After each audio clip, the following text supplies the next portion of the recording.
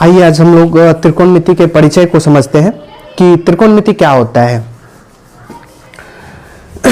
आपकी समय ज़्यादा व्यर्थ ना हो इसके लिए मैंने इसे पहले से लिख करके रखा है। आइए चलिए इसको समझते हैं। त्रिकोणमिति में हम लोग समकोण त्रिभुज के माध्यम से अध्ययन करते हैं। समकोण त्रिभुज का एक कोण समकोण होता है तथा अन्य दो कोण न्यून कोण होता है। जैसा कि हमने यहाँ पे दो त्रिभुज जो कि समकोण है वह बनाया हुआ है। इसमें यदि हम लोग देखेंगे तो यहाँ पे जो है ये समकोण को दर्शाता है और इस चित्र में भी ये समकोण को दर्शाता है। अन्य जो दो कोण आपको दिख रहे होंगे, एक कोण यहाँ पे बनता हुआ दिख रहा होगा और एक कोण यहाँ पे बनता हुआ दिख रहा होगा, ये दोनों न्यून कोण कहलाते हैं। न्यून कोण कहलाते हैं। अब हम लोग देखेंगे कि जहां पर थीटा न्यून कोण बनता है वो नीचे वाला साइड आधार कहलाता है और इस पे पड़ी लंबी लाइन लंब कहलाती है। और वहीं यदि हम लोग कर्ण की बात करें तो कर्ण हमेशा फिक्स होता है, कर्ण नो चेंज होता है। कर्ण हमेशा ये जो पड़ी लाइन है, टेढ़ी लाइन है, ये कर्ण कहलाती है। जैसा कि इस चित्र में हम लोग देख रहे हैं कि यहाँ पे न्यून कोण की स्थान बदल गई है, अर्थात न्यून कोण के लिए आधार ये वाला लाइन जो खड़ी लाइन है वो हो गई है और इस पे लंबवत एक जो लाइन गई है यह इसकी लंब कहलाएगी। और कर्ण जो अपने स्थान पे जो पहले भी यहाँ था और अब भी यही तिरछी लाइन पे अवस्थित है। हम लोग देखेंगे यदि समकोण त्रिभुज में पाइथागोरस प्रमेय से हम लोग देखें तो हम लोग जानते हैं कि कर्ण स्क्वायर बराबर होता है लंब स्क्वायर प्लस आधार स्क्वायर।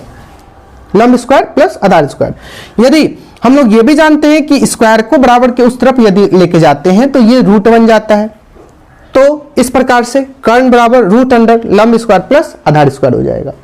उसी प्रकार से यदि हम लंब स्क्वायर बोले तो कर्ण स्क्वायर माइनस आधार स्क्वायर हो जाएगा और स्क्वायर को बराबर के उस तरफ लेके जाएंगे तो यहां भी आप देखेंगे कि रूट अंडर कर्ण स्क्वायर माइनस आधार स्क्वायर बन जाएगा। ठीक उसी प्रकार से आधार स्क्वायर बराबर कर्ण स्क्वायर माइनस लंब स्क्वायर आप लोग देख सकते हैं। ठीक इसी प्रकार से आधार बराबर रूट अंडर कर्ण स्क्वायर माइनस लंब स्क्वायर होगा। चलिए आगे यदि हम लोग देखेंगे त्रिकोणमितीय फलन की यदि हम चर्चा करते हैं तो त्रिकोणमिति में टोटल फंक्शन की जो संख्या होती है वो 6 होती है, जो मुख्यतः इस प्रकार है। सबसे पहला जो फलन है उसे हम कहेंगे साइन, SIN साइन। इसे हम हिंदी में जया के नाम से जानते हैं और इसे संक्षेप में SIN साइन बोलते हैं। दूसरी फलन कोसाइन, इसे हम हिंदी में कोजिया के नाम से जानते हैं तथा संक्षेप में कॉस के नाम से हम इन्हें जानते हैं। और तीसरी फलन है टेंजेंट। टेंजेंट को अस्प कहा जाता है और संक्षेप में इसे टेन कहते हैं। उसी प्रकार से कोटेंजेंट, कोटेंजेंट को कोस्प कहा जाएगा और संक्षेप में कॉट, इन्हें हम लोग जानते हैं। पांचवा फलन कोटेंजेंट जिसे हम 6 कहते हैं, सॉरी पांचवा फलन जो है सेकेंट है, सेकेंट जिसे हम 6 कहते हैं, संक्षेप में सेक कहा जाता है। उसी प्रकार से छठा जो फलन होगा वह कोसेकेंट होगा और इन्हें हम कोसेक के नाम से जानते हैं। आइए हम त्रिकोणमितीय फलन का समकोणीय अनुपात यदि हम लोग देखेंगे तो साइन थीटा बराबर होता है लंब बटे कर्ण, कॉस थीटा बराबर होता है आधार बटे कर्ण, टेन थीटा बराबर होता है लंब बटे आधार। यदि हम इसे संक्षेप में कहेंगे तो साइन थीटा बराबर P बाय H हो जाता है, कॉस थीटा बराबर B बाय H हो जाता है और टेन थीटा बराबर P बाय B होता है। उसी प्रकार से कॉट थीटा आधार बटे लंब, संक्षेप में B बाय P कहेंगे। उसी प्रकार से सेक थीटा बराबर कर्ण बटे आधार, संक्षेप में H बाय B कहेंगे। ठीक उसी प्रकार से कोसेक थीटा बराबर कर्ण बटे लंब होता है अर्थात H बाय P होता है। इन्हें हम यदि संक्षेप में याद करने के कुछ ट्रिक की बात करें तो कुछ ट्रिक इस प्रकार से हो सकते हैं, जैसे कि ये बहुत ही फेमस ट्रिक है जो कि होता है पंडित, पद्री, प्रसाद और नीचे बोलेंगे हरि हरि बोल। इसका अर्थ क्या हुआ? इसका अर्थ ये हुआ यदि हम P को हमने क्या बताया है, यहाँ पे P को हमने लंब बताया है, H को हमने क्या बताया है, कर्ण बताया है और उसी प्रकार से B को हमने यहाँ पे क्या बताया है, बेस बताया है। यदि इसी आधार पे यदि हम लिखें तो ये कुछ इस प्रकार से आपको नजर आएंगे कि ये हो जाएगा लंब बटे कर्ण, ये हो जाएंगे आधार बटे कर्ण, ये हो जाएंगे आपका लंब बटे आधार, लंब बटे आधार। और जैसा कि आप देख रहे हैं कि लंब बटे कर्ण जो होता है वो साइन थीटा का मान हो गया, लंब बटे कर्ण साइन थीटा का मान हो गया,